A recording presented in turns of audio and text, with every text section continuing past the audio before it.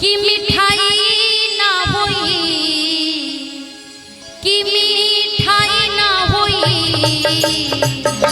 कि केहू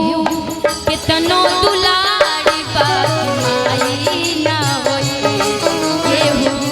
कितनो दुलारी बाई ना होई,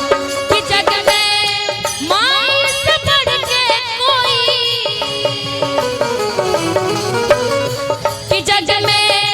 माई से बढ़ के कोई सहाय ना होई, हाँ सहाय ना होई, केहू कितनो दुलारी बाई ना होई, केहू कितनो दुलारी बाई ना होई, केहू कितनो दुलारी बाई ना होई, केहू कितनो दुलारी बाई ना होई, कोई कितनो दुलारी बाकी माई ना होई, काहे काहे से की कहे के त सब के हुआ आपन कहाए वाला के बा, कहे के त सब के हुआ आपन कहाए वाला के बा, सुखवा त सब कोई बाटे,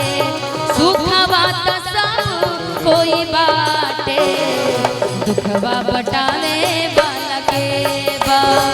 कहे के तो सभे राजा जी की मम्मी जी एक बार मंच पर आना, आपन कहाए वाला के बा, केहू कितनो दुलारी बाकी माई ना होई, केहू कितनो दुलारी बाकी माई ना होई, क्योंकि आप किसी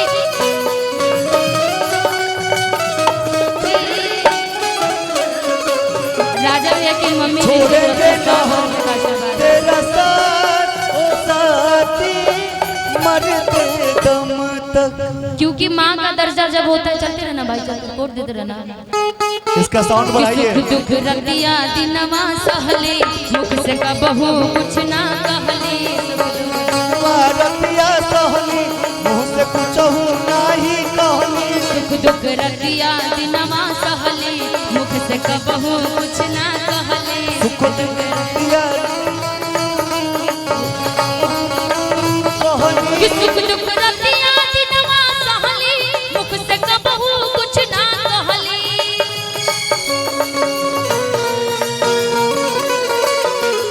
कि सुख दुख रतिया दिनवा सहले, मुख से कबहू कुछ ना कहले,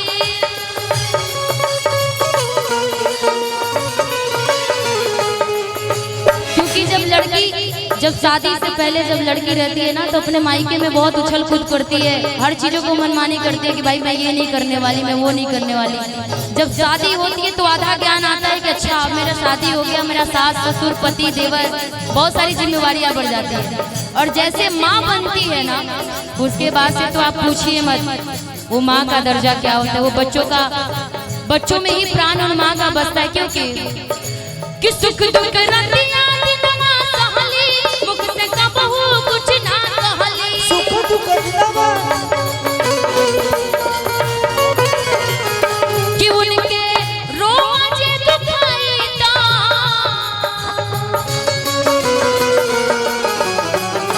कि उनके रोज दुखाई ता, भलाई ना होई, हाँ भलाई ना होई, कि केहू कितनो दुलारी बाकी माई ना होई, केहू कितनो दुलारी बाकी माई ना होई, केहू कितनो दुलारी बाकी माई ना होई, केहू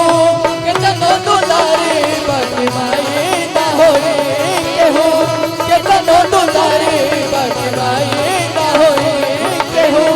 कितनो दुलारी बाकी माई ना होई, केहू कितनो दुलारी बाकी माई ना होई, केहू